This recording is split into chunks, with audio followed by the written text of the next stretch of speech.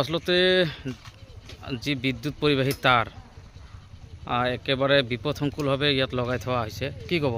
হয় ছাৰ, মই নমস্কাৰ জনাই ৰাইজক। ইহঁতে এতিয়া ৰাস্তা দি আমাৰ চেলাপুৰী ধূপধৰা গোটেইকেইটাৰ পৰা ৰাউণ্ডত মানে চলি থাকে, এনি টাইম গাড়ী চাড়ী গোটেইগিলা যাই থাকে। ইহঁতে বিদ্যুৎ বিভাগে মানে এনেকৈ ভাৱ লৈছে খালি পইচা লাগে, কিন্তু বিদ্যুতৰ কাম নকৰে। এতিয়া মই ৰাইজৰ ওপৰত মানে কি কৰিছোঁ, মই এতিয়া প্ৰশাসনৰ দ্বাৰা মানে বিদ্যুৎ বিভাগে মানে সেইখিনি হেল্প কৰিলে আমি বহুত আনন্দিত হ'ম। এইটো ৰাস্তা দিয়ে আমাৰ পদুবৰা চেলাপুৰী গোটেইগিলা মানুহ ইয়াৰ ৰাস্তাতে অহা যোৱা কৰি আছে। এনেকৈ বিদ্যুৎ বিভাগে যদি এনেকৈ কাৰেণ্টটো কি কৰে, আমি কেনেকৈ চলিব পাৰিম?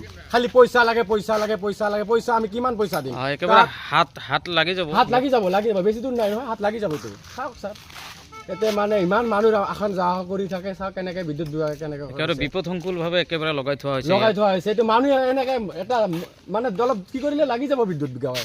এনেকৈ মানে খালি পইচা লাগে, যদি পইচা অলপ কাম কৰিব লাগব, এনেকৈতো নহয় না বস্তুখিনি।